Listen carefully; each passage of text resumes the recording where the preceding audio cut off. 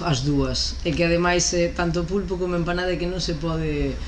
A empanada de pulpo encántame, entonces aí xa poderíamos facer a unión, pero é que en concreto a miña celebración de goles cunha man na cara, porque simboliza un pulpo galego, entón, pois bueno, empanada de pulpo diríache. Porto do Son. Por qué? Porque é o meu sitio especial, é onde veraneo, e a verdade é que, bueno, son de Santiago, pero hai unha parte de min que tamén se sinte do Son. A catedral, non podo decir outra que non sexa, non só porque son de Santiago, sino porque realmente creo que é unha das... é unha maravilla comparadas con resto de catedrais de outras cidades que ademais tiven a sorte de ver.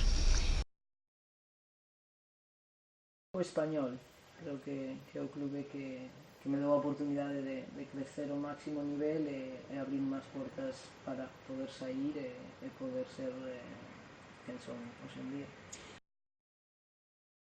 Encantaríame xogar nun dos grandes estadios españois, o Bernabéu, o Camp Nou, o Riazor, calquer grande estadio, porque sería que xa non só porque eu este aí, sino porque abriría as portas a un partido de fútbol femenino.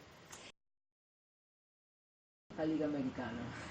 Por eso voltei a Estados Unidos, e realmente o meu reto, o meu objetivo, este ano estarei unha tempada máis allí, porque teño en mente dende hai tempo, perdín unha final, ademais perdina nos penaltis, e, bueno, pois para min sería un título importante na miña carreira. Para min todo iso tivo a Champions. Durante moitos anos movinme para poder xogar esa competición, a Champions League, para poder conseguila.